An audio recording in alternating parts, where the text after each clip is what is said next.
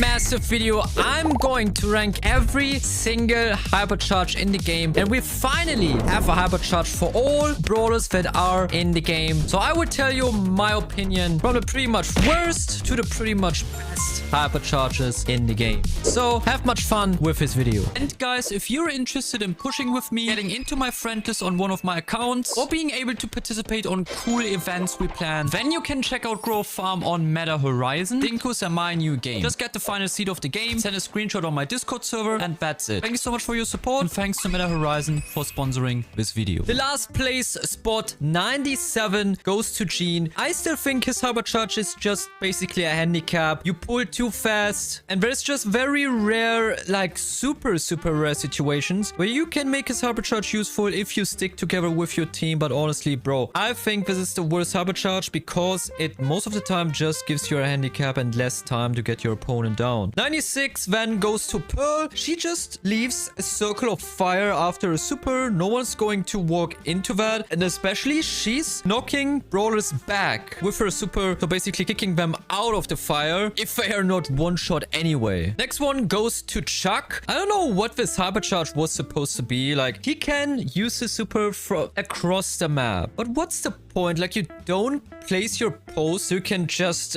go into the showdown zone and then boom, back hypercharge in again. Like, I don't understand the whole point of this hypercharge. It's super bad, and even in heist, when you use it there, it's not very likely that you're going to hit anyone with your super. So man, I don't like it too much. I should have done something like that you have your super permanently or something. That would be very broken and a very fun hypercharge. Then the last brawler that I ranked on the F tier section, and it's 94, is Primo. A lot of people say, nah, you're so wrong about Primo. I don't know, man. I never had a good situation with a Primo hypercharge. So you're pulling people towards you, but yes, so what? I mean, even if you push them back, they are still in your main attack range. So I don't quite get it. Just a pull, that's it. If you're getting hit by a Primo super, you're most likely dead anyway. And for me, it kind of messes up my aim when someone gets pulled towards me. I prefer it when I know, okay, they're getting knocked back there, and I can just run after them if I want, or run back if I want. But with the hypercharge, that's not quite possible anymore, so I really don't like this one. So we get to the D tier brawlers. Daryl here is on spot 93. He does damage, so you can't say it's like a handicap or doing nothing, because it does some damage, but it's not really high. And yeah, it's just a bad executed hypercharge at all. You play Daryl because of Daryl and not because of his hypercharge, which will change significantly the higher we get in this ranking. Sprout is actually useful in Brawl Arena with his hypercharge, so I ranked him a bit up, because if you just place your super, use the gadget, place the super again, you're going to deal a lot of damage on objectives like the heist save, but you don't play Sprout and heist, so that's not an argument. But in Brawl Arena, you actually can do that, get the towers down, get the nexus down like that. It's pretty cool. Then we have Rosa. She just does a slow area and slows the brawlers that she's hunting. I don't know, since you get the speed boost, I'm not sure if this is necessary. I mean, either people just jump away if they have that ability. I don't like it too much. Yeah, slow is fine, but it doesn't really help you. Top 90 goes to Charlie. She got ranked a bit up because I think you can also just on purpose throw your super next to the target, and then you have 3 spiders there. The 3 spiders are pretty weak and die pretty fast, and if you super someone, then they're just going to disappear, especially in showdown and duels. And 3v3, yeah, they start hunting the other people, but nah,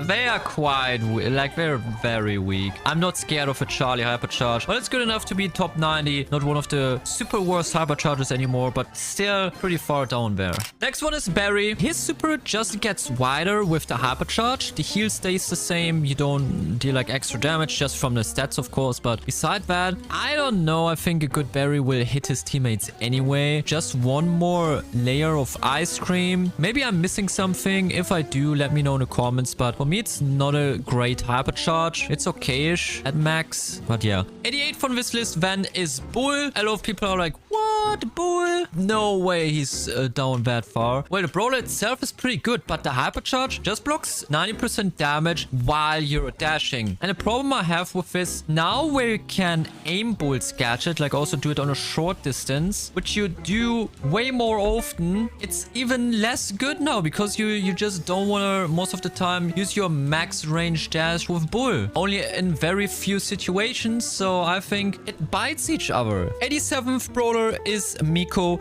She stuns with her hypercharge. And I think most likely you have a kill anyway with his brawler. And that just makes the secured kill just a bit safer. If a brawler has a dash or something to get out of your range with, you won't hit no matter if you have your hypercharge or not. Like if you use your normal super or your hypercharge, people can escape. And if you hit them, they are dead anyway. Also, since you can steal ammo with the ammo star power, I don't know, man. Not really well executed here, so just mid. Same for Nani, our next brawler. She gets a bigger super when she hypercharges and supers. So same as with Miko, just that it's a lot harder to dodge Nani. So I think this makes sense. Adding her on the C tier. Far down, but yeah, it's getting better. Then we have Squeak. It's basically the same with him. You can hit like all of your sticky bombs and deal a ton of damage to a team wipe, but most of the time you're just going to shoot into the nothing.